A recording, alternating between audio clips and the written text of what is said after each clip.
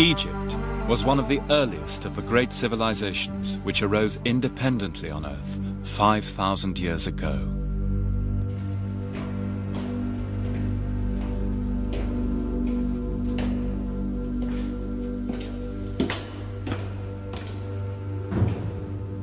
The monuments the ancient Egyptians left behind, like this, the Great Pyramid of Khufu at Giza, are still among the most impressive and the most long-lasting creations of humanity.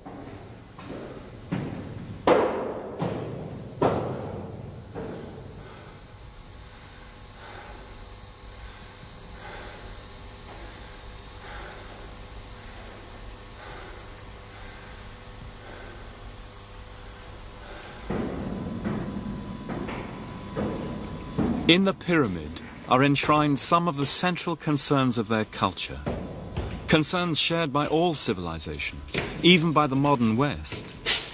But no civilization held them for longer or more tenaciously than the ancient Egyptians. Over the last 20 years, we in the Western world have become painfully aware of how our well-being is inextricably bound up with that of nature. And that understanding has given us a fresh insight into the psychology of Egyptian civilization, their attitude to religious cult, to rulership, to the afterlife, and to the idea of the unchanging stability of the cosmos. And what more dramatic illustration can there be in the whole world than the Great Pyramid, and this room in particular, of the human yearning for immutability, for the human concern for life after death. And the fact that this place has the power to move us so much after so many millennia, whatever culture we come from, is a testimony surely not only to its grandeur of conception and execution, marvelous as that is, but also to the fact that we still share the impulse which lies behind it. And in that sense, we of the late 20th century, for all our modernity, are still Bronze Age people.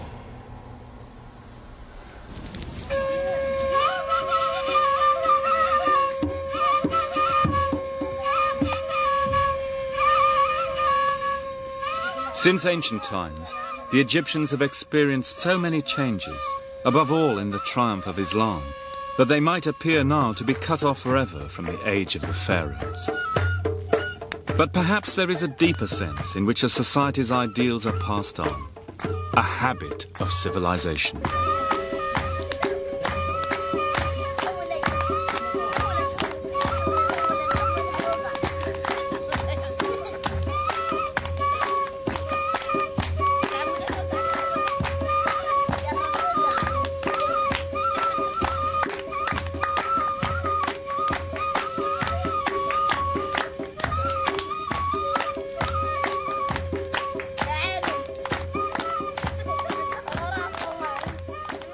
Do you really believe, wrote the novelist Tawfiq al-Hakim, that the thousands of years that make up Egypt's past could have vanished without trace, as if in a dream?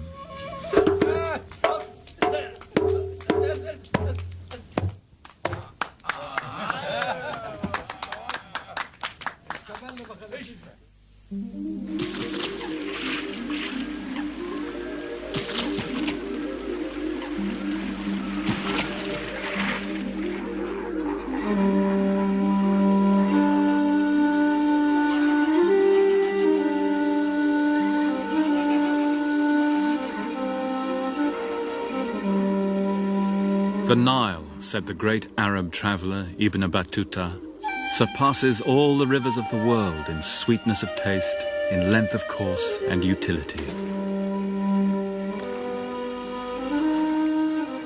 The civilization of Egypt, like those of Iraq, India and China, drew its life from a river. But this was a country like no other. Running for 600 miles between dunes and cliffs, a narrow ribbon of blue water and green fields, on average only 6 miles wide. This geography shaped the civilization. Where the spirit of Iraq was pessimistic, here when the Nile flooded each year, as the ancients said, the fields laugh, men's faces light up, and God rejoices in his heart.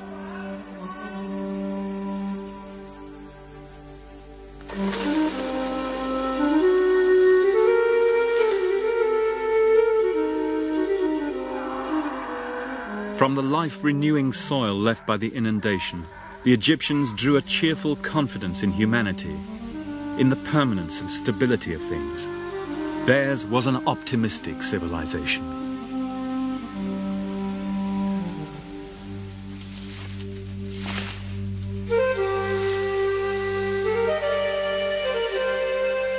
Their civilization grew out of a long prehistory of culture in the Nile Valley. The coming together of many small egalitarian farming communities. Communities sustained as today by hard-working peasantry, tilling the soil, creating an elaborate filigree of ditches and dikes to capture the annual flood. The Aswan High Dam, built in 1970, may have changed this age-old rhythm, but today's Egypt still depends on the tillers, the fellahin, and what the ancients called the Black Earth.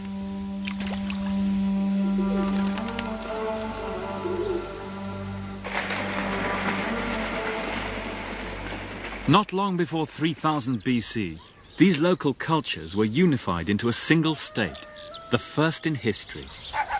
And here at the very beginning, there are clues which will determine the shape of Egyptian civilization, right down to the Islamic period. Our search begins in an obscure little village in Upper Egypt called Qom el Ahmar, the Red Mound.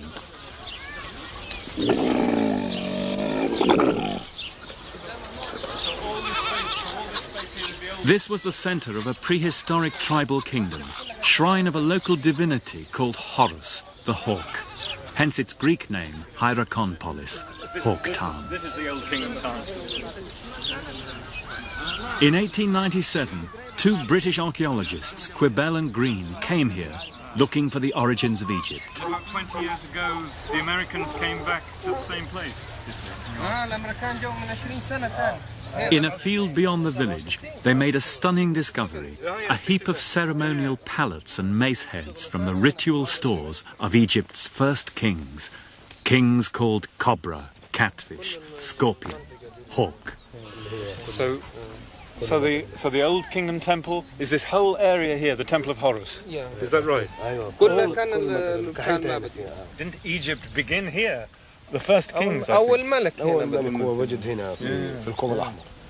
Very old area. Did any of their fathers work on those excavations? أباتكم كانوا شغالين معهم. Yes. أيوه. Among the finds was perhaps the most significant object ever dug up in Egypt. A slab of black slate 2 feet long, cut with scenes commemorating the deeds of a king called Narmer, whom legend said was the unifier of Egypt. Here is the very moment of Narmer's triumph. Wearing the crown of Upper Egypt, he dashes out the brains of the captive king of the Delta. Headless enemies lie in rows before the standards of Horus the Hawk. And already a superhuman aura surrounds the king himself, an aura of divinity.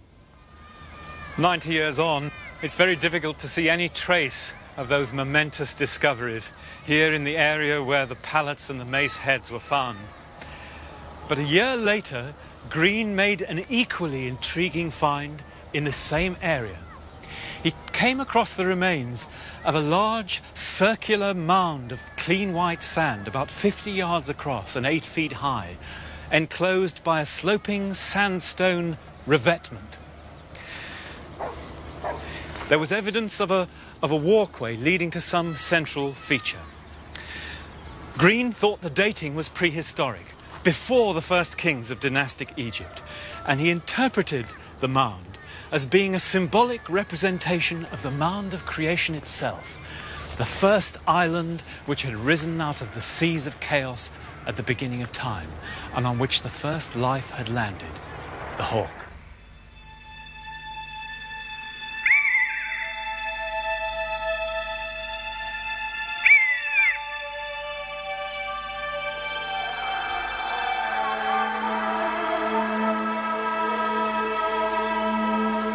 The divine kingship of Horus would last as long as ancient Egypt itself. Here in the great temple at Edfu, that same creation myth would be expounded in loving detail for colonial Greek overlords, nearly 3 millennia after Nama's day. It was at the heart of the Egyptian conception of civilization. Every Egyptian temple, then, was a symbolic representation of that original mound of creation, with that simple reed shrine surrounding the perch on which the hawk had landed, which was created at Hierakonpolis. And no matter how big the temples became in later ages, the Holy of Holies was still that simple reed shrine, depicted here at Edfu 3,000 years later. You can make out the line of reeds surrounding the chamber in which the image of the hawk was kept. The temple was not only, though, a depiction of the first place, but of the first time, the time when the pattern of a stable society was handed down to humankind, of kingship, law, religion, and ritual, a pattern which it was believed would suffice for eternity as long as the rituals were correctly performed. The universe then and civil society were conceived of as static. Progress, change, new questions, new answers were not required because they were not needed. And indeed, they wouldn't be needed until Alexander the Great conquered Egypt 3 millennia later.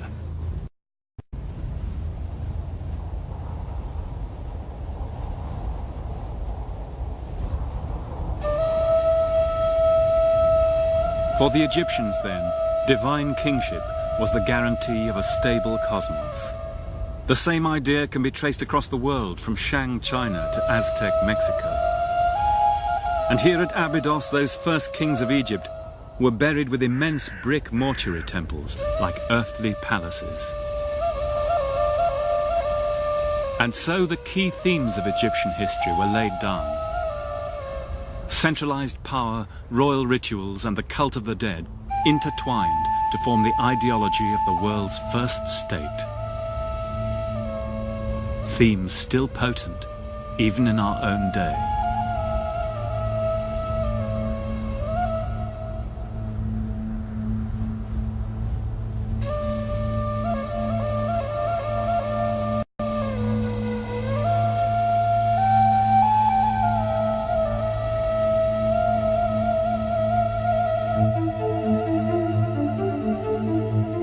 Moving northwards along the Nile, the narrow valley meets the green expanse of the delta. At this strategic point, close by today's capital, Cairo, the Horus kings built their royal city, Memphis. On the sandstone escarpment above the floodplain is the great funeral complex of the Third Dynasty kings.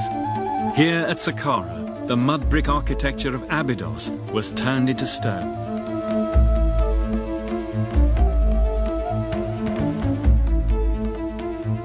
An immense 200-foot-high tomb of King Djose, the first of the pyramids.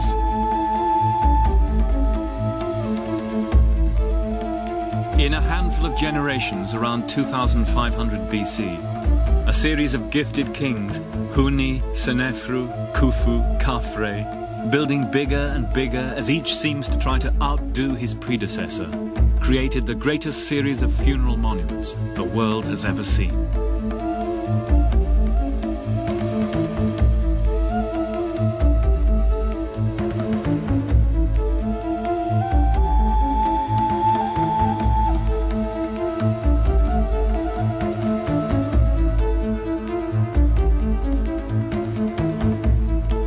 The most famous, the Giza pyramids, are now all but engulfed by the suburbs of Cairo, stripped of their polished limestone casing and plundered for building stone, but still awesome.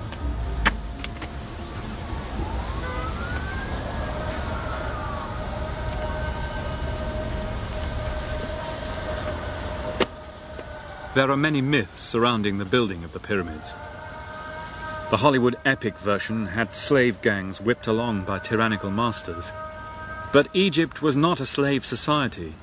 The mass of the workforce was not enslaved. In a long reign, it was perfectly possible for a government to mobilize huge-scale state employment to build such monuments, using the workforce in the wet season, when the Nile flood left idle hands.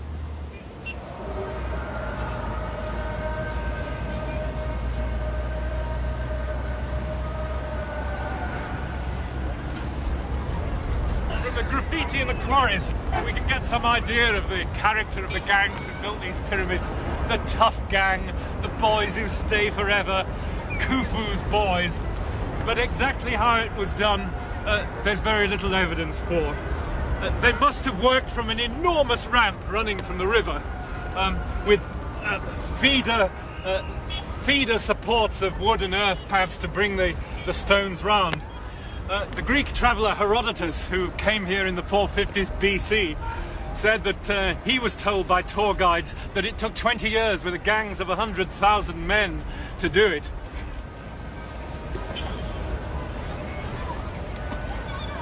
The ancient Greeks, with typical cockiness, called them pyramids after the triangular cakes they knew back home. We can see them now in the light of the artificial mountains built by other cultures, Babylonians, Maya and Aztec. For all civilizations have sought validation for their power over the masses by creating great public symbols. But more than that, the dead king is now a manifestation of the sun god himself. When the construction job was finished, the pyramids were covered with a case of fine Tura limestone. And although most of that has disappeared over the centuries, you can see over there on Khephrun's pyramid, the top coating is still there. That's what they looked like. But what were they for? They were tombs, but what did the shape mean? Well, the pyramid clearly was what it seems to be, a staircase on which the king's spirit could ascend to heaven and then go back to his tomb. And what we're looking at over here is an image of the rays of the sun god coming down to earth. A typical piece of the Egyptian imagination in which an immaterial concept is represented in such a material form. And on winter's days here in Giza, you can actually sit here and watch the sun breaking through the clouds and falling down at the same angle as the pyramids. A stairway to heaven then, the rays of the sun on which the king, nimble and wise, could ascend to the indestructible stars.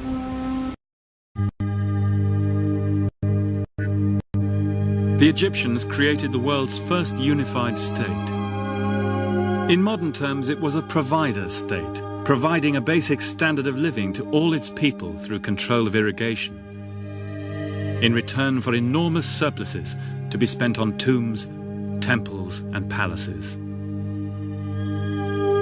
Through these great buildings, it expressed its ideologies of power, its belief in the indivisibility of divine and earthly rule, in the need for a stable cosmos.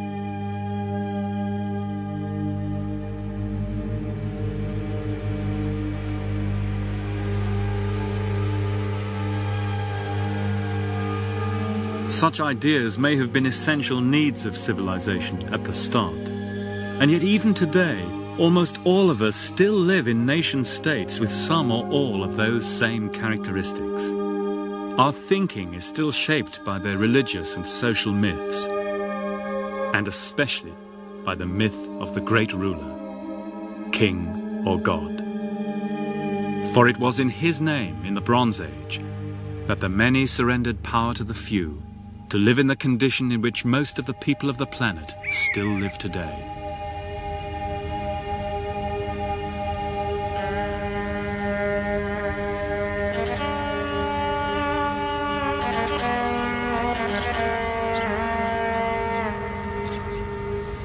Worship of the great ruler was perhaps a necessary stage in the development of civilization. But even now, in the TV age, kings and presidents and popes use the vast array of visual aids invented here and which we see all around us to boost their authority. And do we not still engage in ruler worship ourselves whenever we cheer a presidential motorcade as it sweeps by, or celebrate the jubilee of the Queen of England as she passes escorted by beefeaters in 16th century costume, or watch musketeers give an antiquated salute on the White House lawn? Perhaps then we are only just emerging from the spell of the Bronze Age revolution which created civilization and shaped our ways of thinking. In the long term in history, we are perhaps still too close to them to see ourselves as we really are.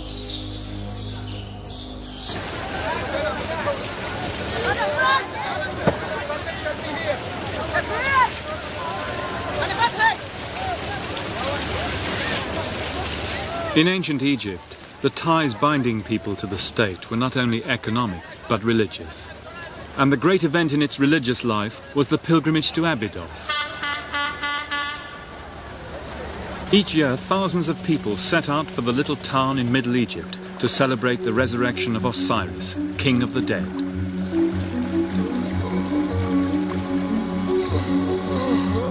The pilgrimage provided a focus for the feelings of ordinary Egyptians, and rather like Hindus today at Benares or Shia Muslims at Kerbala, many asked to be brought to Abydos for burial.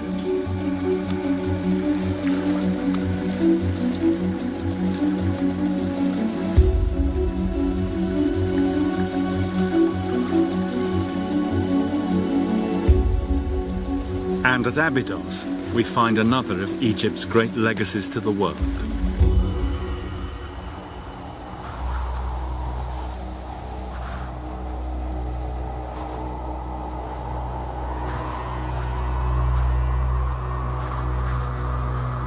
It's still a haunting place, cradled in an immense curve of the western cliffs, the realm of the dead.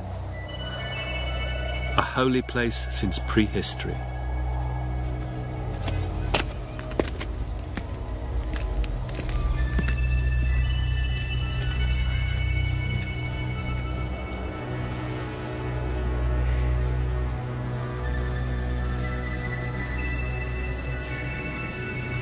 In the ruins of the sacred city, the Temple of Seti I, built in 1300 BC, still survives.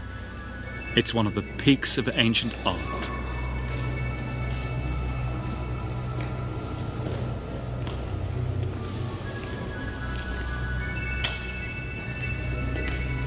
Moving from daylight into its darkened inner sanctum, the visitor has an uncanny intimation of a still active residue of spiritual power.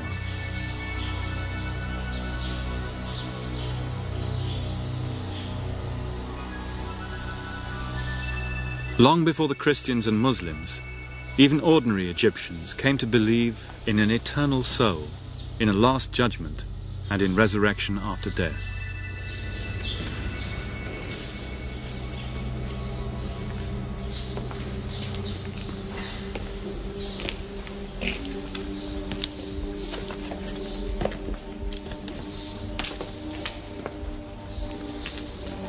These great conceptions were acted out in a public passion play at Abydos, and are depicted on the temple walls here as a rite of passage for King Seti himself.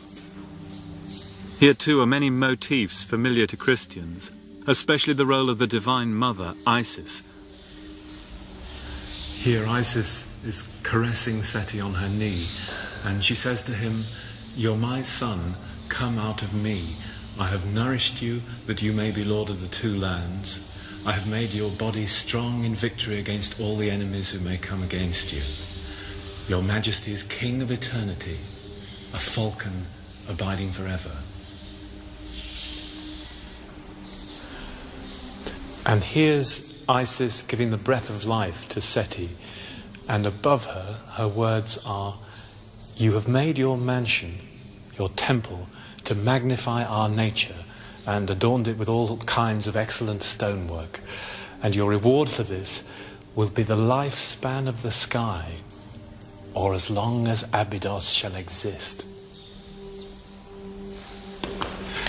At first sight, these gestures and actions may seem rather archaic and bizarre.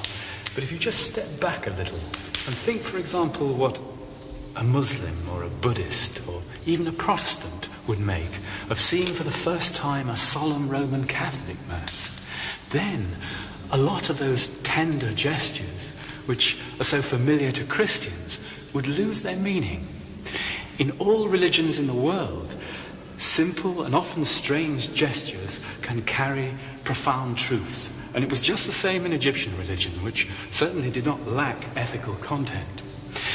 But the key to understanding the function of this great building lies in these little chapels just at the end of this room.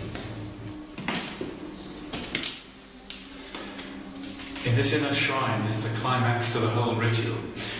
It's concerned with the installation of King Seti, not only as Osiris's heir as a living king, but with his union with Osiris after death. And here, Isis and Horus perform rituals for him, and Seti is now dead and deified. Here he's represented as a mummy in a white wrap. And over there on the far wall, blackened by smoke and age, Seti, restored to the colours of living flesh and blood, comes into the presence of Osiris, where he will become one, resurrected himself, with the resurrected King of the Dead. So the simple and strange gestures reveal a simple yet profound message. A belief in righteousness on earth, in the Last Judgment, in eternal life, though not in damnation, which had no place in the Egyptians' optimistic view of things. But these ideas would play a key role in the later development of Christianity and of Islam. Out in the desert at Abydos, millions of broken pots still lie where the ancient pilgrims left them as offerings to their god. For them, the wind roaring down the great gorge in the western cliffs was the sound of the spirits of the dead, whose annual pilgrimage to Osiris, they believed, would continue as long as Abydos exists.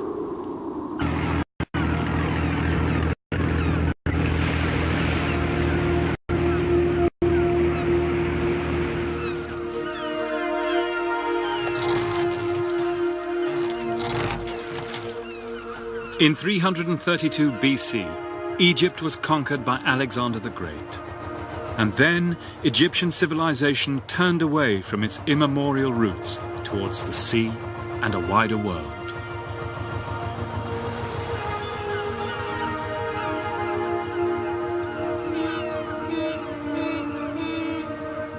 On the Mediterranean coast, a new capital was founded, which became the meeting place of Europe and Asia on the shore of Africa.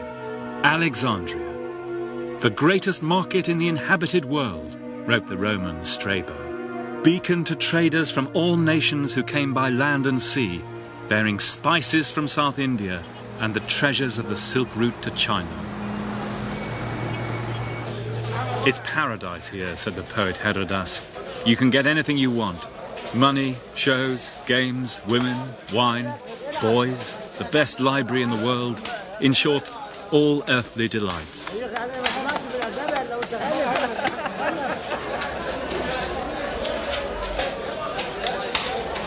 Like 20s New York, Hellenistic Alexandria was a land of opportunities whose streets were paved with gold. It drew immigrants of all kinds. Bankers, clerks, engineers, poets, even religious dropouts.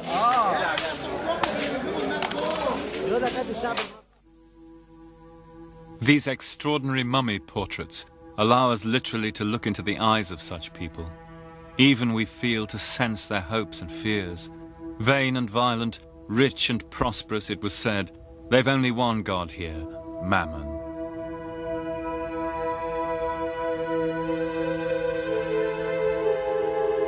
Our good life in Alexandria was brief, wrote the poet Cavafi.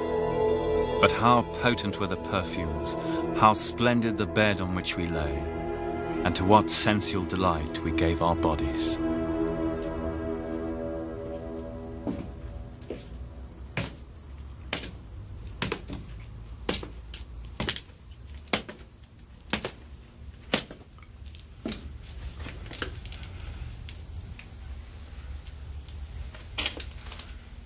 Down here in the catacombs of Alexandria, you can still enter that weird and wonderful world where Egyptian and Greek and Jewish and Oriental religion and magic met and intermingled.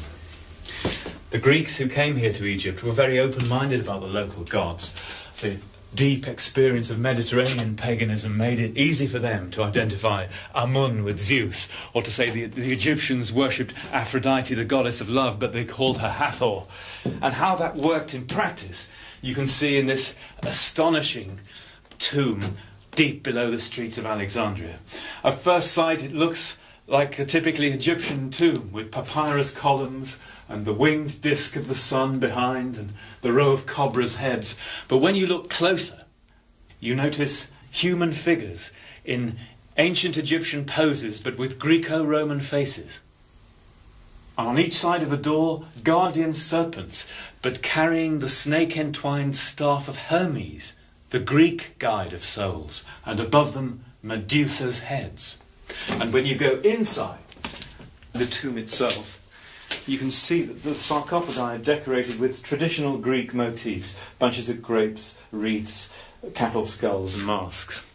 But above them are the ancient gods of Egypt. There's Isis protecting the sacred bull with her wings, and over here Thoth, the god of wisdom, the falcon-headed Horus tending to the mummy of the dead, and here even the jackal-headed Anubis, the guardian of the dead, wearing Greco-Roman military gear.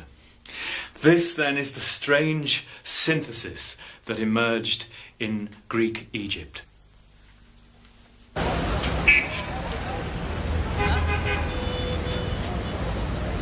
It was said that Alexander had hoped to create a new world order based on his multiracial ideal of brotherhood among nations. But with hindsight, ironically, we can see that his Hellenistic empire actually laid the cultural foundations of Islam. When he died in Babylon, aged 32, Alexander's body was brought back for burial in a lavish tomb in Alexandria. It's never been found, but the clues point to this tiny mosque in the heart of the old city.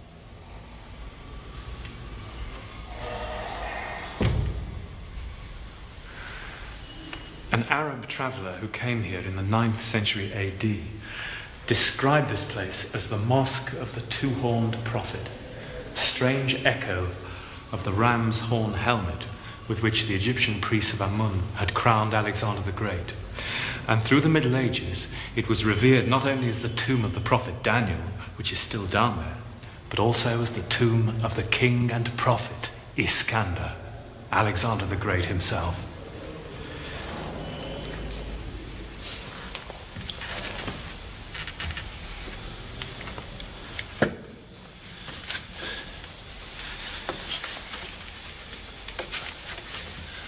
Tunnels and cellars that fan out from underneath this mosque have never been explored properly. But that's not really surprising. The city's absolutely honeycombed with them, and they're really dangerous. There's a great Alexandrian story of the fat bride who, on her wedding procession, fell through a hole in the street and disappeared, and despite the best efforts of the guests, she was never seen again.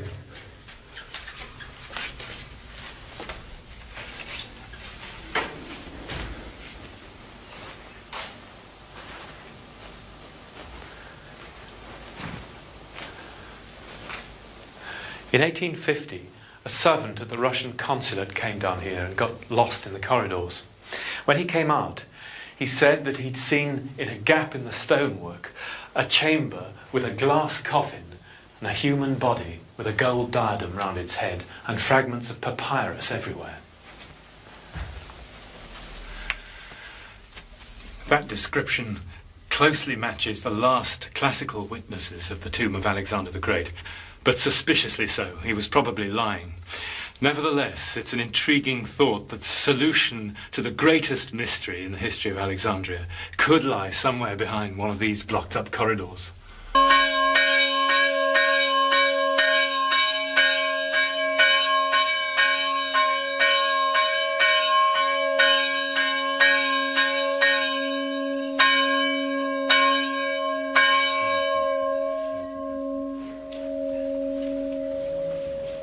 It's 3 a.m. in the remote monastery of St. Paul, near the Red Sea. The monks begin their devotions before dawn.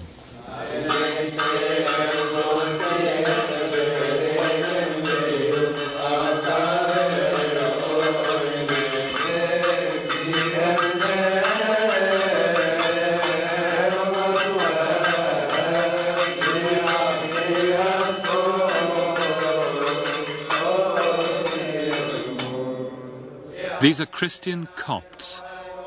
Their name means Egyptians, and their language and music contain survivals from pharaonic times. Their culture goes back to the early centuries AD, when Egypt became part of a Christian Roman Empire. And even today, they represent nearly 10% of Egypt's population. This church was founded in the 3rd century AD by St. Paul the Anchorite.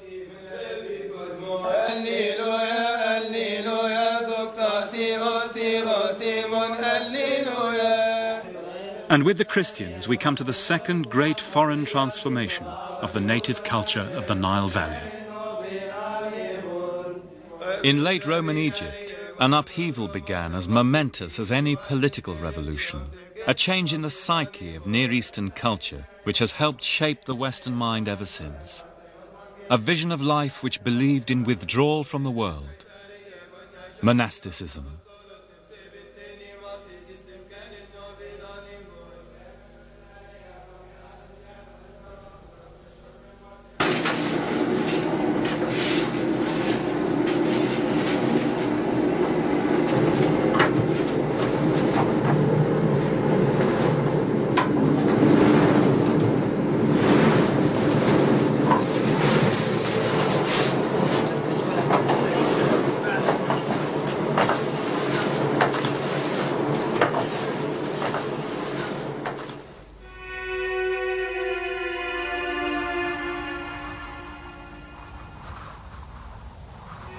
At this time, the blue water and emerald fields of the Nile Valley were exchanged for the inhospitable desert. There are strange parallels with our own time, in the widespread feeling that civilization itself had failed.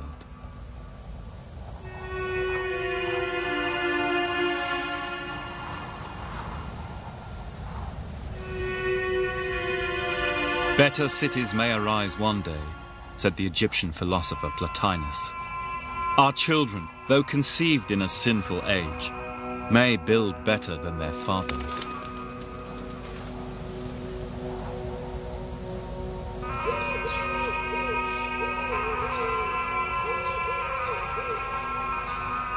And so the old fabric of pagan culture, the stable cosmos which had sustained Egyptians for so long, was eroded by Christianity, with its appeal not to a great earthly ruler, but to a distant high God.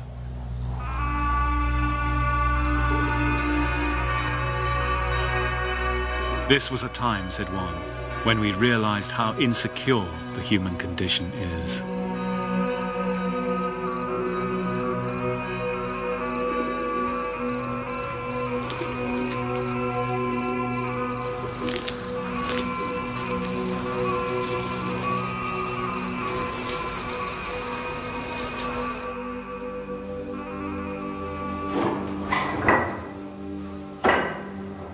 These fateful changes were mirrored in the way people saw the world. For nearly 1,000 years, classical Mediterranean art had glorified the physical world in the belief that mankind, as the Greeks said, was the measure of all things. Now artists retreat into a crude language of symbols.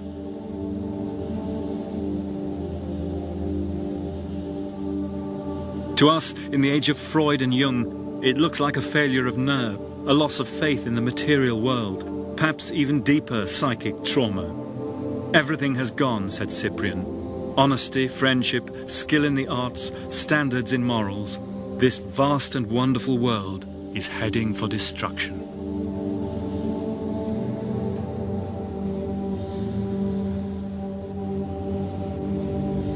And so, with St. Paul of Egypt, the stage was set for fundamentalists of all persuasions to fight over the legacy of the ancients. Bishop Anachorites, chief of the Anchorites, born in the city of Alexandria, AD 228, died AD 343.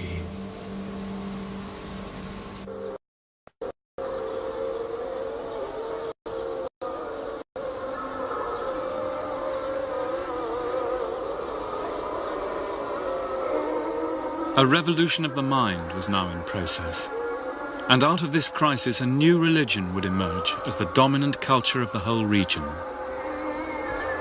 In 641, Egypt was conquered by Muslim Arabs bearing a new gospel, that of the Prophet Muhammad. And here in Edfu, the town of Horus, ordinary Egyptian people in their mud brick slums around the temple soon began to abandon the uncertainties of the past for the certainties of a single God, Islam. And so, here in Edfu, in Upper Egypt, as throughout the Mediterranean and Near Eastern worlds, the Christians and the Muslims were the inheritors of the ancients. And their belief in a single God, which the muezzins are chanting now from their minarets, developed out of a tendency long apparent in the ancient world. For the Catholic papacy, the Muslim caliphate, the Orthodox churches of the Greeks and Syrians and Copts all stem from the attempt of men to rule their fellow men and women under a distant, high and all-powerful God. And the effects of that tremendous revolution at the end of the late antique world still shape our lives today. The last Greek religious papyrus from 7th century Egypt sets the seal on that revolution. For it gives in Greek the very words we can hear around us now. In the name of God, the merciful and the compassionate, there is one God and one God alone. And it goes on in Greek, Mahmed apostolos Diou. Muhammad is the apostle of God. With that, to all intents and purposes, the world of the ancient Egyptians had passed.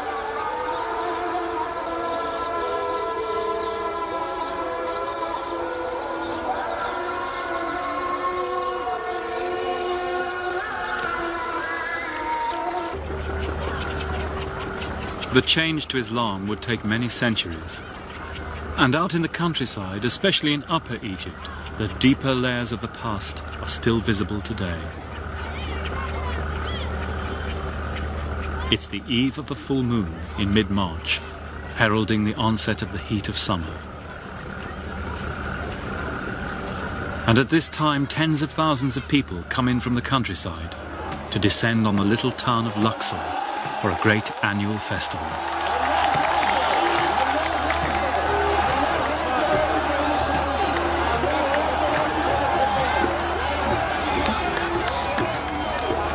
Up here, people still celebrate the ancient feast days, the spring festival, the rising of the Nile, and especially the 40 days of mourning for the dead. But this is the biggest. It's a Muslim festival for an Islamic saint, but it takes place at a mosque inside one of the great pagan temples of ancient Egypt. The Coptic Christians take part too, for they also once had a church inside the temple.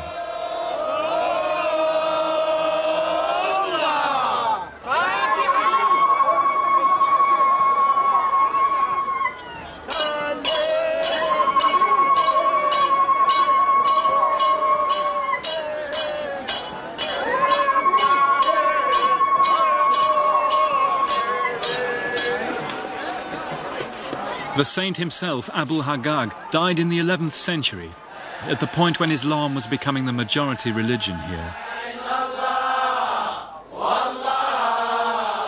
His tomb inside the mosque has been a place of pilgrimage ever since. As everywhere, orthodoxy may demand one thing, but what the people do is another matter. And in the worship of sheikhs and saints, the ordinary people, the fellahin, fill the void between their daily hopes and fears and that distant high God. The night is passed in passionate celebration with the traditional music and songs of Upper Egypt.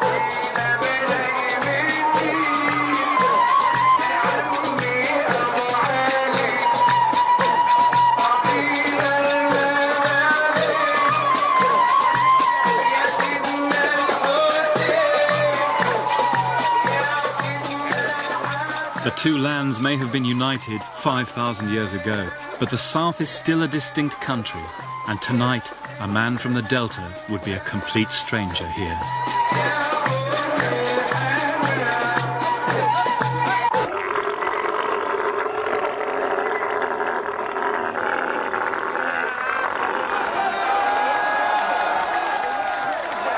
Next day, the festival reaches its climax. The living descendants of the saint lead a huge procession around the ancient temple and its mosque, bearing representations of the coffins of Hagag and his sons. Bringing up the procession are Luxor's guild of ferrymen bearing boats. They're on trucks these days, but nonetheless the ferrymen are discharging their traditional duty, just as their ancestors did thousands of years ago, when around the streets of ancient Luxor they bore the boat of the sun god Amun.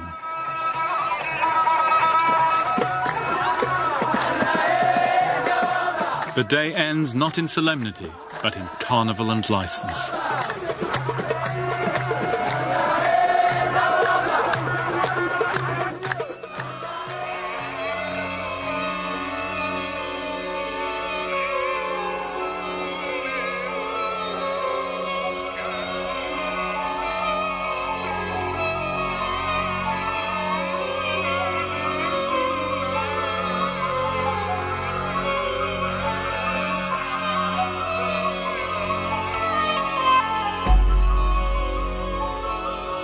The ancient legacy also survived in the city. Cairo, the mother of cities, as Ibn Battuta said. Its numberless buildings peerless in their beauty and splendor.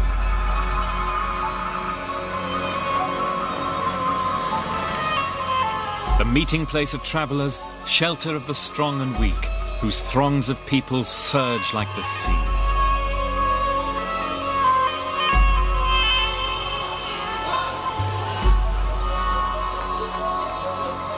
Founded in sight of the ancient capital Memphis and the pyramids of Giza and Saqqara, Cairo has long been the cultural capital of Arab Islam.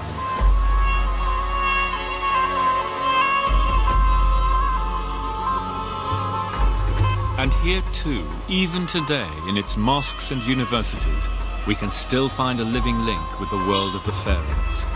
A civilization conservative in character, like its ancient predecessor. Here in the Al-Azhar, the leading teaching mosque of Islam, older than Oxford or the Sorbonne, learning is still the study of the sacred texts, binding the land together as it did in ancient Egypt. In city and countryside, then, the modern Egyptians still do some of the things their ancestors did, for all the apparently cataclysmic breaks in their history.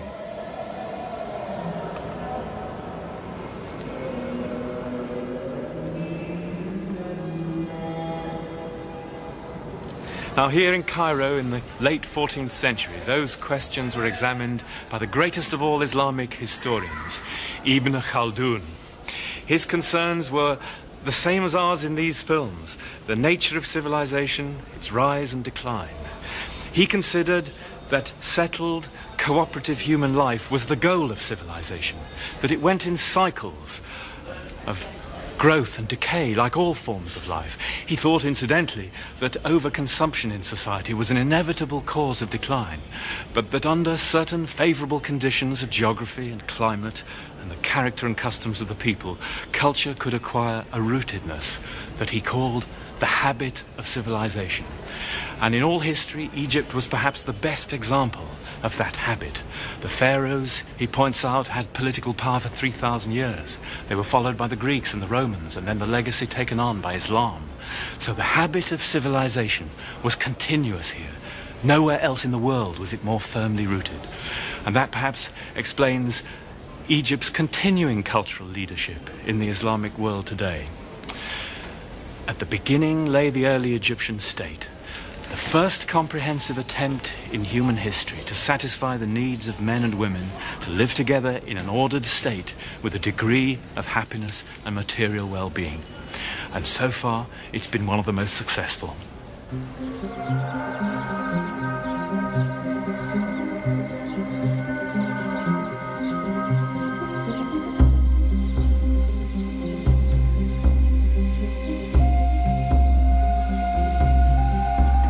And so, even after the triumph of Islam, the legacy of the pharaohs did not give up all its numinous power. And it has not yet.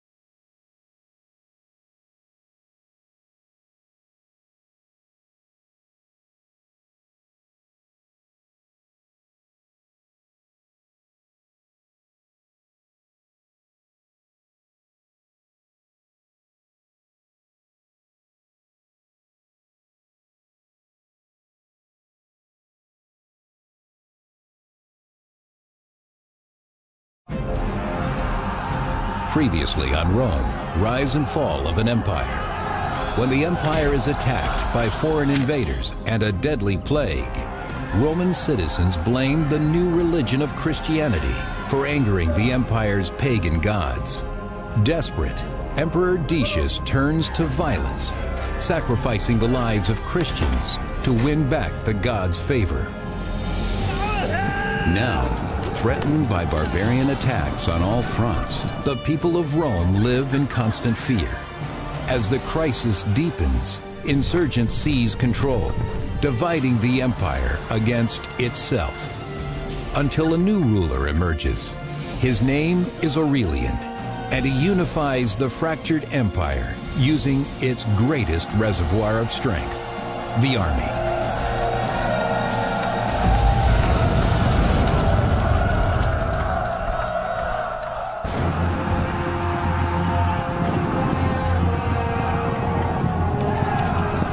By the middle of the 3rd century, the Roman Empire is huge and relies on distant, isolated legions to protect every far-flung province.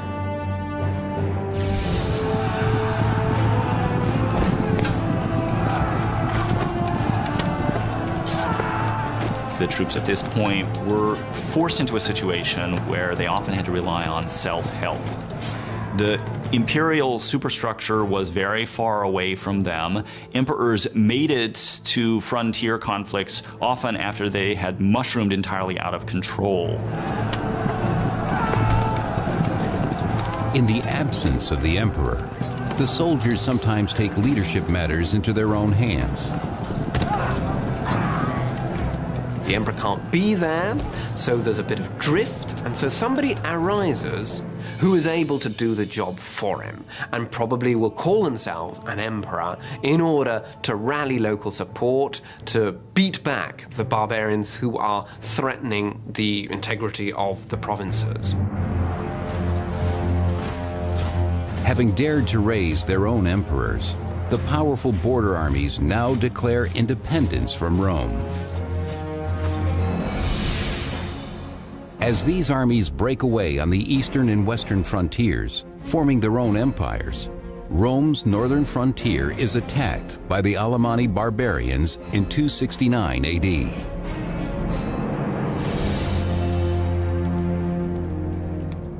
In his palace in Rome, the true Roman Emperor Claudius II is troubled by this devastating assault on Roman soil. Enemies from the other side of the Alps did more than invade the Roman Empire. For the first time in an extraordinarily long time, they actually crossed the Alps into Italy. Claudius seeks the advice of his powerful cavalry commander, Aurelian, a man whose military discipline is described by the 3rd century historian Vopiscus. Aurelian, from his earliest years, was very quick of mind and famous for his strength. He never let a day go by without practicing the spear, the bow and arrow, and other weaponry. Aurelian's skills will soon be tested as news from the frontier worsens. Distraught refugees from northern Italy bear witness to the devastation. With this invasion, the danger of a mutiny within the army becomes even greater. If barbarian people threatened to invade, then the local people would simply proclaim emperor whoever happened to be the military commander in the region at the time. In order to keep the northern frontier from breaking away as well, Claudius must act quickly to stop the encroaching Alemanni forces.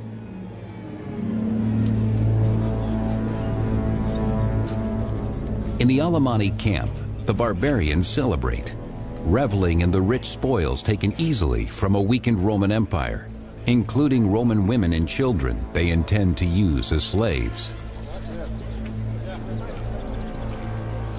We've got inscriptions, actually, which talk to us, which tell us about parties of raiders who've gone into Italy and taken lots of prisoners. So it's sort of easy pickings, to some extent, for these raiders. They're preying on an empire that is not at its peak at this time.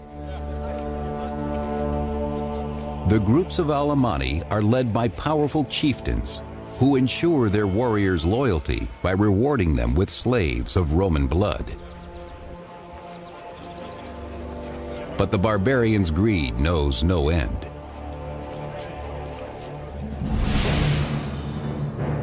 Emperor Claudius is forced to march his army from Rome, meeting the Alemanni warriors at Lake Garda in northern Italy.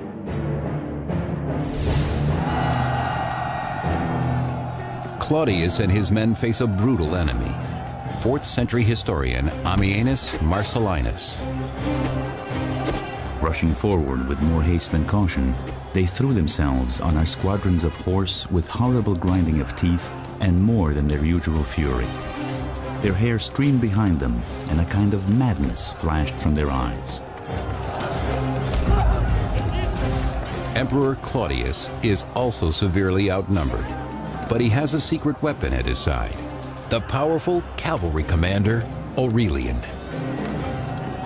He was known as manu ad ferrum, that is, sort of hand ready to the sword, ready to leap into action when that should be necessary. True to his name, Aurelian helps Claudius beat back the Alemanni, killing half their force and driving the rest back over the Alps. And in an effort to better secure Italy from future barbarian attacks, Emperor Claudius and Aurelian travel to the Balkans to increase the military presence there.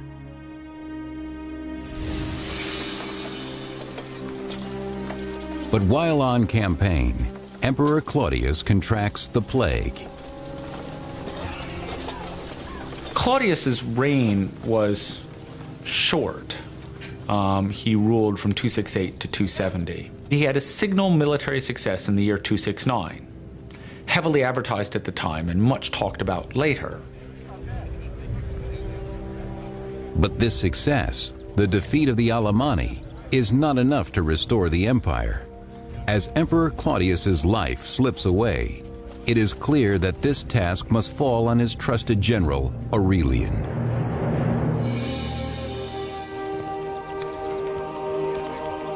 He is declared emperor by his troops. Aurelian repays them by sacrificing to the god of soldiers, Sol Invictus, the unconquered sun, a deity now emerging as the god of victory within the army. Whatever gives you the victory, whatever it is that's going to be beneficial, that's the wagon, as it were, you hitch your star to. A man of low birth, Aurelian now rises to the highest position in the empire because of his military brilliance, like many great generals before him. You can't be a civilian emperor by the middle of the 3rd century. You have to lead troops in battle. There's always some place where you've got to go and fight.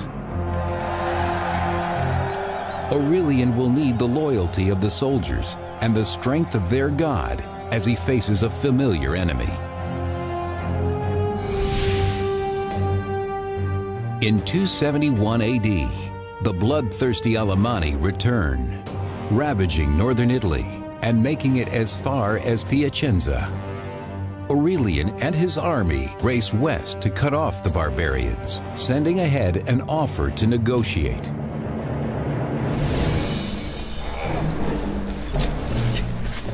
But the Alemanni have other plans. He invited the barbarians to give themselves up, but reportedly they replied that they were free men and they could show him how free men can fight. Sure enough, at dusk, in the wooded area south of Piacenza, they ambushed the Roman army, which suffered heavy losses. In the forest, the Roman soldiers are no match for the barbarians. Why was an ambush such a successful tactic against Roman troops? And largely the answer lies in the form of organization of the Roman armies. They were trained, the discipline consisted in training them to actually fight in a line, in a formation. And evidently you can do so only when the conditions are met where you can develop that formation, which is not the case in a wooded area. Needless to say, the barbarians knew that. Caught in a wooded trap, the Roman army is thrown into confusion and routed. For Aurelian, the defeat is devastating. The troops are, in some ways, very loyal to their own commanders, but they're also very fickle. So if an emperor is winning, they are happy to support him. Once an emperor starts to lose, then he's almost certainly done for.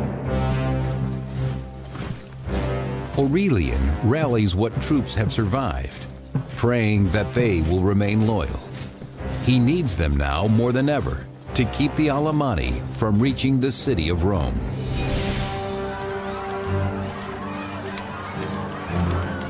Terror grips the people of Rome as they fear the barbarians' arrival is imminent. Desperate, many flee the city. The defeat of the Roman army, or Aurelian's army, created panic in Rome because there was no serious force to stand between the barbarians and the city. Those unable to escape riot in the streets, enraged by Aurelian's failure to keep the barbarians out of Italy. The population of Rome does seem to have understood that becoming a vast city in the midst of an empire whose armies were concentrated at the frontier left them, as it were, peculiarly vulnerable if an army were actually to make it into Italy. But before the Alemanni warriors can reach the capital, Aurelian is finally able to cut them off at Fanum, 180 miles from Rome.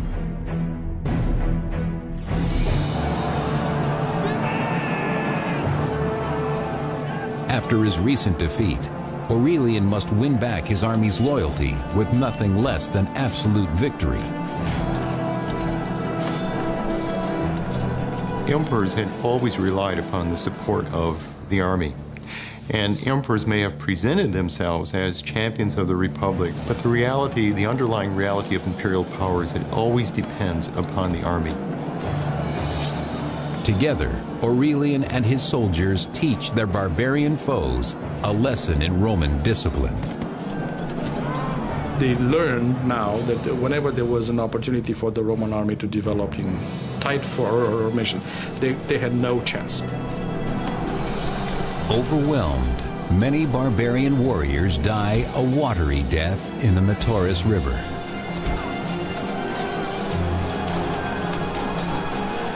Aurelian's victory drives the Alemanni from Italy at last.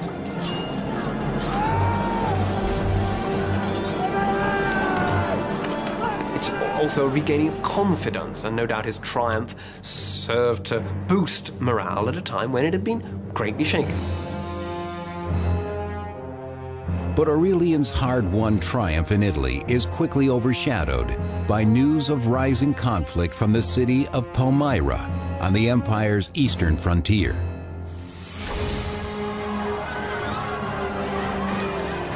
For more than 10 years, beginning well before Aurelian's reign, foreign invaders struck hard against Rome's eastern provinces, including Palmyra, threatening to break through the weakening border. And this ongoing flow of populations, some of whom were highly militarized and used quite different tactics than the Romans were used to, caused very profound problems in the eastern provinces.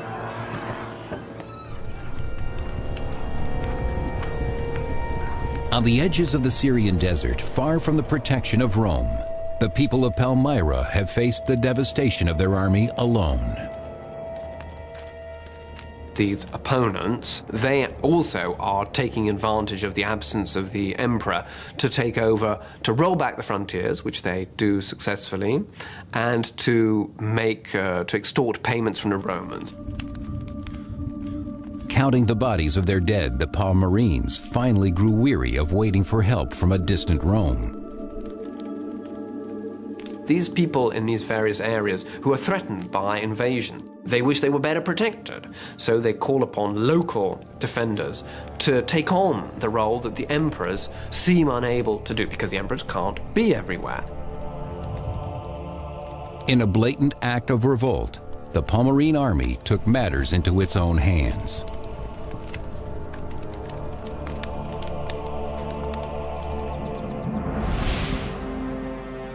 As a result, for the past decade, the eastern provinces have called themselves the Palmyrene Empire, breaking away from Rome.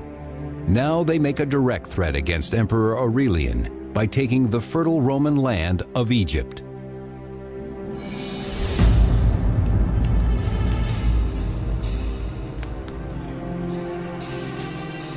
The rich Egyptian granaries are now controlled by the Palmyrene queen. Her name is Zenobia. We're fascinated by this figure of a woman of the East wielding such control, perhaps a latter-day Cleopatra type. And incidentally, I mean, she did try to associate herself with Cleopatra. When they took over Egypt, she sought to sort of establish a connection in order to reconcile the Egyptians to her rule. With Egypt under her thumb, Zenobia basks in her power, ordering the granaries to stop shipments of grain to Rome, cutting off one of the empire's main sources of food. Italy was, of course, the affective heart of the empire. It was where the empire began. But Africa and Egypt had long been the breadbasket of the empire. That's where the agricultural wealth was concentrated. Queen Zenobia, with her loyal general Zubdus at her side, now holds the empire's grain hostage, sending a clear message to Rome that the Palmyrenes are powerless no more.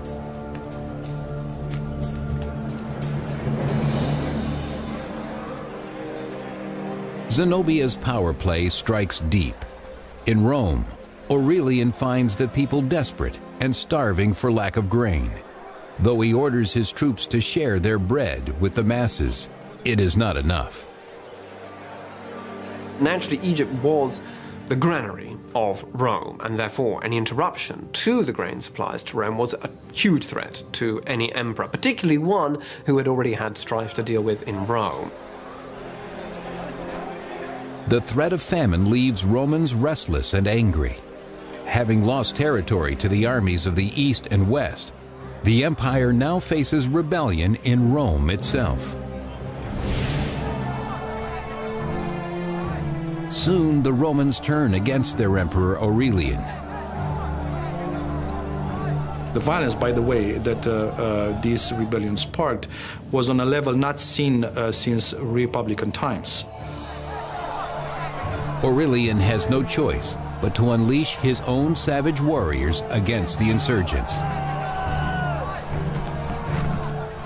You're fighting in Rome itself, you know, and this is civil war. This is something the Romans also fear because they know how divisive it can be and how devastating it can be.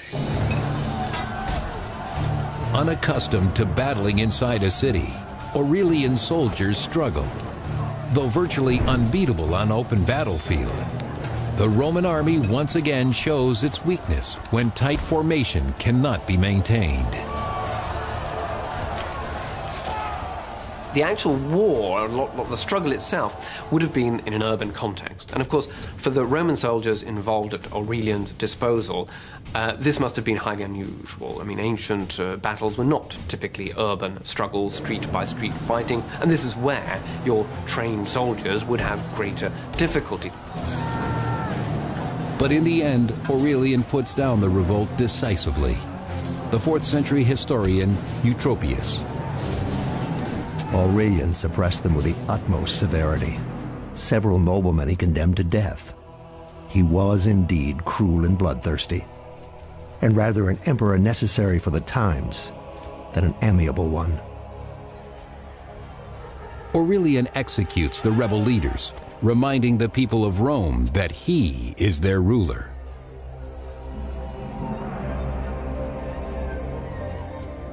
The emperor has crushed the resistance. He now rebuilds the city walls against external forces. Rome will be strong and safe in his hands. In the aftermath of the military crisis in northern Italy, at the start of his reign, the Emperor Aurelian provided that the city of Rome should be outfitted with a new set of walls. This was the first significant, really significant new set of walls built for the city of Rome since nearly 1,000 years before. Aurelian now turns to the crisis of the Palmyrene Empire. He must secure his grain supply in order to avoid famine in Rome. His dwindling bread rations will not last forever. Well, Aurelian was determined to reassert control over all areas of the empire, and so he moves east in 272 to regain control. His first target is the former Roman city of Antioch, then part of the larger region called Syria.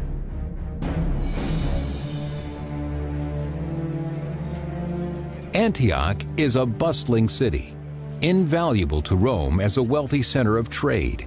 But now, under the control of the Palmyrene Empire, it becomes a safe haven for the fugitive queen Zenobia.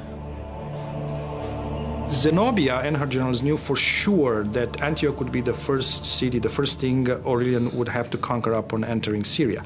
So she barricaded herself in the city, and Zabdas drew the army in the Orontes plain to the west of Lake Antioch. Zenobia enjoys her prestige, happy to let her generals ready themselves for war just outside the city walls.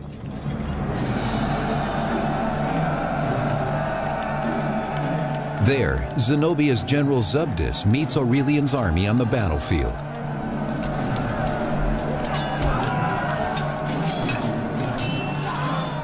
You have walls of Romans moving in lines, man to man, fist to fist. You can't kill somebody until you look them in the eye. You've got arms getting cut off, hands getting cut off, damage to the neck, to the face. But as his infantrymen fall prey to the swords of the Palmyrenes, Aurelian knows his only chance is to outmaneuver General Zabdas. It is during this battle that Aurelian instructed his highly disciplined light cavalry to perform what later came to be known as the feigned retreat stratagem. Aurelian's light cavalry pretends to flee, tricking the Palmyrenes into giving chase, leaving the protection of the main lines behind them.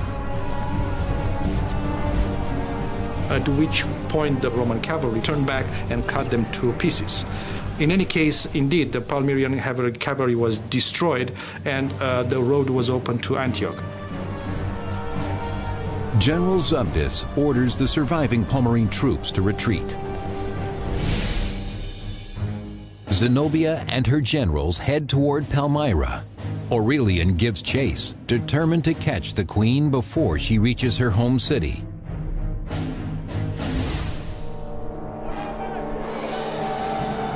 But in the Syrian desert, Aurelian faces unexpected obstacles.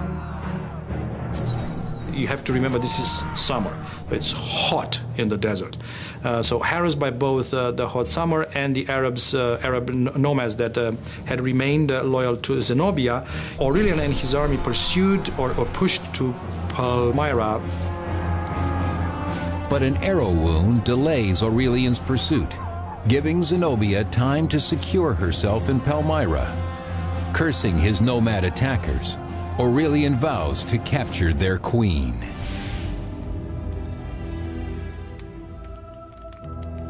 Now ordered to surrender by Aurelian, who has besieged the city, Zenobia writes him a scathing rebuke in the spirit of her model, Cleopatra. Whatever must be accomplished in matters of war must be done by valor alone.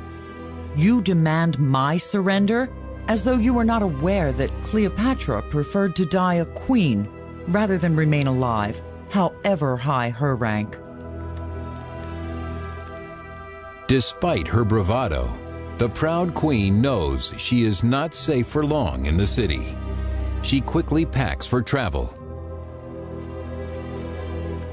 Palmyra itself is not really ready for a siege anyway. They built some very hastily erected defenses, and clearly Aurelian has some support inside the city. It does not hold out for very long. Queen Zenobia and her general Zubdus slip away into the cover of darkness, eluding Aurelian again. In 272 AD, Zenobia races toward Persia, making it as far as the Euphrates River in modern-day Iraq. But Aurelian's soldiers are in hot pursuit.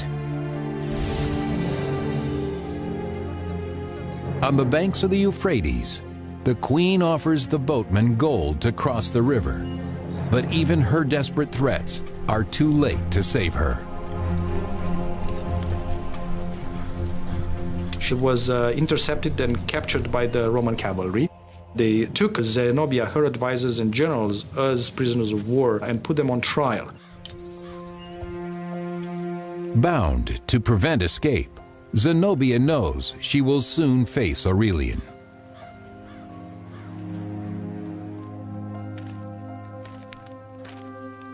Having won back the throne of Palmyra, Aurelian finally confronts the rebel Zenobia, a woman whose boldness he can't help but admire. In his own words, "What manner of woman she is, how wise in counsels, how steadfast in plans, how firm toward the soldiers, how generous when necessity calls, and how stern when discipline demands." But facing likely execution, Zenobia's courage begins to wane. Zenobia pleaded that she had been led astray by bad advice, on which account her advisor was put to death, and so was the general Zabdas. Aurelian has a different fate in mind for the beautiful queen once they reach Rome.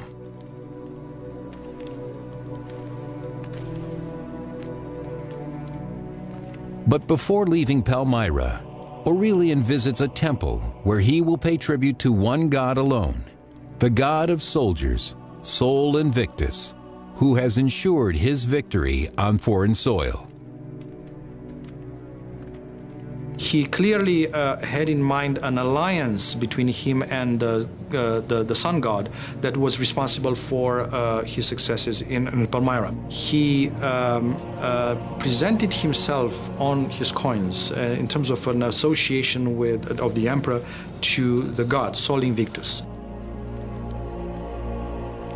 Well, we're moving into this dimension of associating the emperor very closely with one particular divinity, who clearly, given the success that Aurelian had enjoyed, people might believe in. In the peace of the Eastern Temple, he sees that this is the one God to unite all of Rome. He does seem to have been participating in a growing trend toward universalism, both in religion and in Roman political control. Offering his own blood as sacrifice, Aurelian promises his God a nation of worshipers.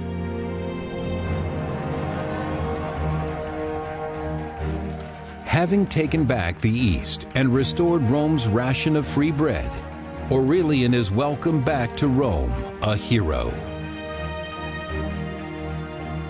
It may have signaled to the Romans an end to what had been nearly a half century of sequence of military catastrophe, followed by recovery, followed by catastrophe, followed by illusory recovery again. Aurelian has another purpose in Rome. He will use the riches taken from the East to establish the soldier's god, Sol Invictus, as the single deity of the empire. Work soon begins on a new temple. He actually put the new cult on a par with the official state religion in Rome. He built a magnificent temple for Sol in Rome, which he furnished with the spoils from Palmyra. But religion must wait for now. Aurelian has more battles to fight before the empire is fully restored. To the north, the Roman territories of Gaul and Britain have fallen under the unlawful rule of a mutinous Roman army that calls their dominion the Gallic Empire.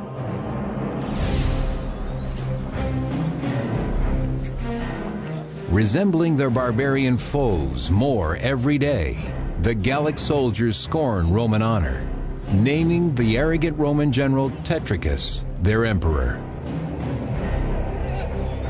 You have armies popping up all over the place proclaiming their generals emperor, and then they have to fight, and whoever wins is the one who ends up being the legitimate emperor in the end.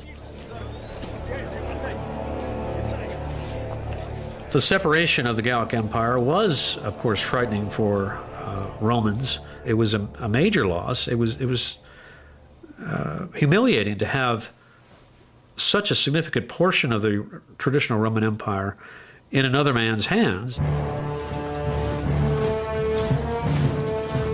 Emperor Aurelian quickly moves to take back the Gallic lands and restore the empire to its former glory. All that stands in his way is Tetricus and the Gallic army. In 274 AD, the mutinous Gallic Empire encompasses both Gaul and Britain.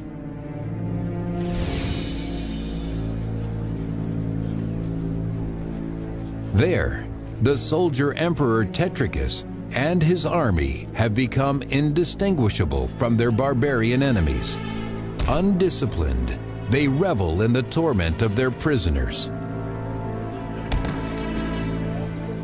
The job of soldier emperor was tremendously dangerous because they're in power only because they are proclaimed by their troops. But it's a very difficult thing once in power to maintain that, because you have to avoid internal conflicts with other potential generals who see themselves as possible emperors. Tetricus cannot show any weakness to his troops.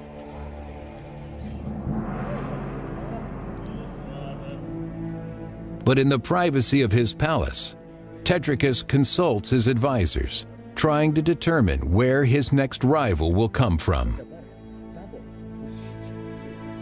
Tetricus himself had survived over the previous several years a number of internal disputes, some actually leading to considerable bloodshed among rival leaders in the Gauls. He plans to someday leave his kingdom to his son, establishing a dynasty in his own name. But reports of a new challenger now threaten to destroy this dream. It seems to have been clear to him that in the aftermath of his success in the East, Aurelian was going to and was already marching on Gaul in an attempt to reintegrate Gaul into the Roman Empire. With news of Aurelian's approach, the volatile Tetricus blames his advisors, lashing out at everyone around him. In 274 AD, Aurelian marches to Chalons, Gaul, in modern-day France, to face Tetricus and win back the western territories for Rome.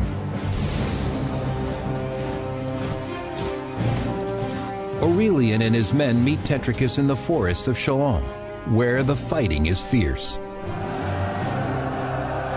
Aurelian's army probably contained more cavalry than traditional imperial armies had up until now. As for Tetricus's army, well, there were still important legions along the Rhine guarding these areas. It would have been a battle between forces, much similar forces with similar equipment at their disposal, and therefore all the bloodier and more devastating for the armies involved.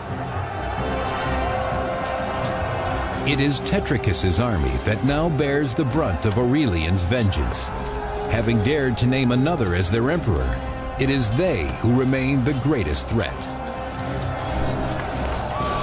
Part of the crisis of the 3rd century is the importance that the army plays in choosing an emperor. This is something that's relatively new in the Roman world, and it's a result of constant warfare. The army becomes more powerful, it becomes more able to choose emperors, and it becomes more able to impose its own choice of emperors on Rome itself. Aurelian cannot allow this affront to his power. As Tetricus's army falters, Aurelian orders his troops to cut them down, showing no mercy. Some sources claim that Tetricus realized the game was up even before the battle, but it looks as though he did fight it out to the end, and it was, in the end, Aurelian who gained the victory. It is the culmination of his efforts to reunite the empire. In the end, he takes the usurper Tetricus prisoner.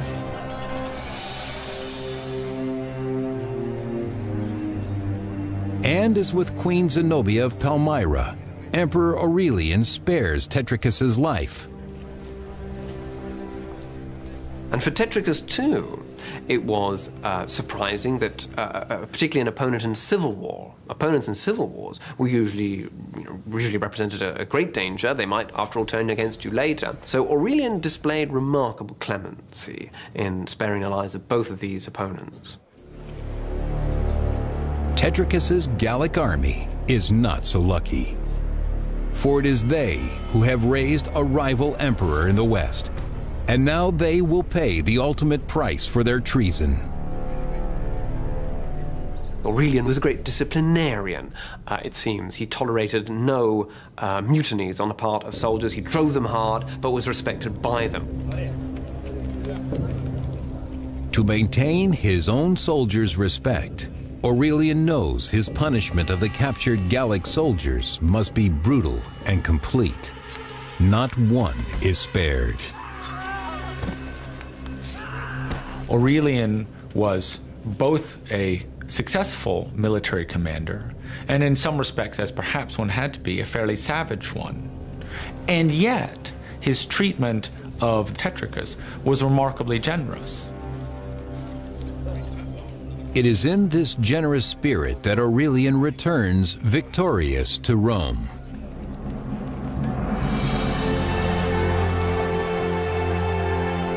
There, after 4 years of non-stop campaigning, Aurelian celebrates his reunification of the empire with a spectacular triumph parade, displaying high-ranking captives from every far-off conquest. There's all sorts of other lore that goes with this ceremony, which mark it out as distinct and in some way both as barbaric and awesome.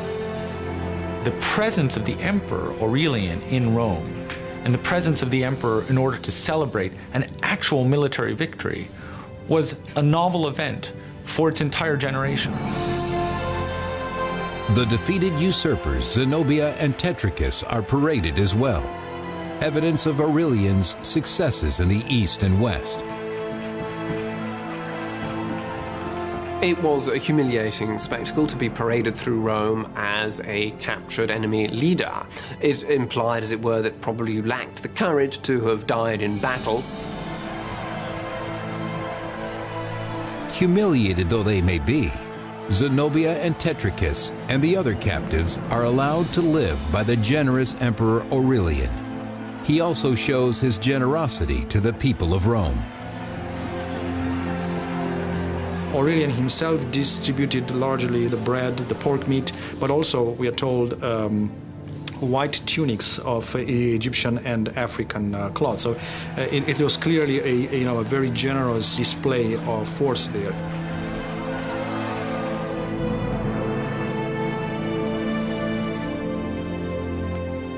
Grateful in his triumph, Aurelian consecrates the temple he has built for the god of soldiers, Sol Invictus, whose power and favor he believes have made him invincible. Many scholars believe simply that this was trying to enforce conformity among the peoples of the empire for political purposes and also for religious purposes, and those two things are not that easily separated in the mind of a Roman. Aurelian decrees this day, December 25th, will be celebrated each year as the birthday of Sol Invictus. Later emperors, also seeking to unite Rome with religion, will adopt this date for the birth of Jesus Christ. Even now, over 1,700 years later, this once pagan holiday is celebrated as Christmas around the world. Throughout the empire in the 3rd century, there's clearly a movement towards monotheism, towards different cults that believe in a single god, and sometimes in a single redeeming god.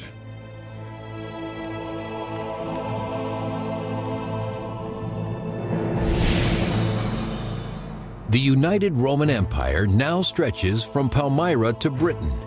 But in 275 AD, barbarians again wreak havoc in the east. Aurelian marches his army to Thrace to prepare for battle.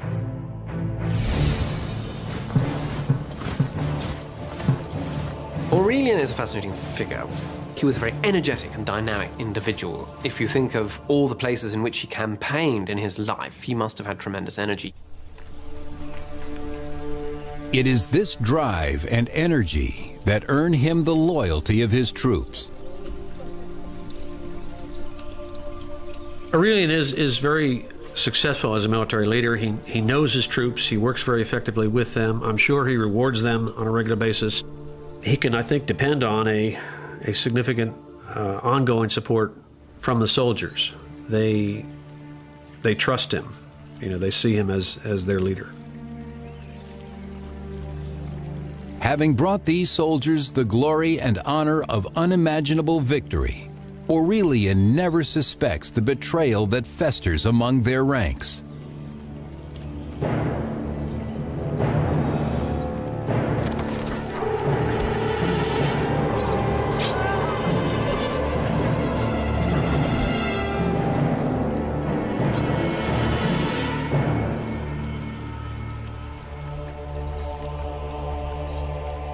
The assassination of Aurelian is again one of these things that's very difficult to explain, particularly at a time when he's been so successful militarily, when the troops should feel satisfied with that success and with their rewards.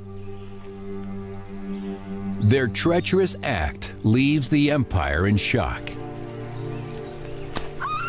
As far as we know, the news that the emperor was dead were received with disbelief.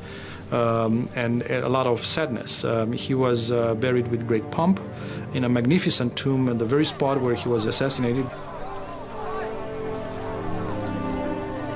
Rome mourns the loss of a great emperor, one who has saved the empire from certain collapse. I think Aurelian's importance lies in the fact that it's the beginning of the Roman recovery, of the, as it were, the central Roman machine coming back to life, and he managed to reunite the empire, to bring it all under his central control. But in the end, not even the god of soldiers could protect him from the swords of traitors. And the empire he had worked so hard to unite fragments again. Next on Rome, rise and fall of an empire. Inheriting an empire ravaged by barbarians and torn apart by rival emperors, one man will emerge victorious. His name is Constantine. Fighting under the banner of a new god, he brings unity to a divided Roman Empire.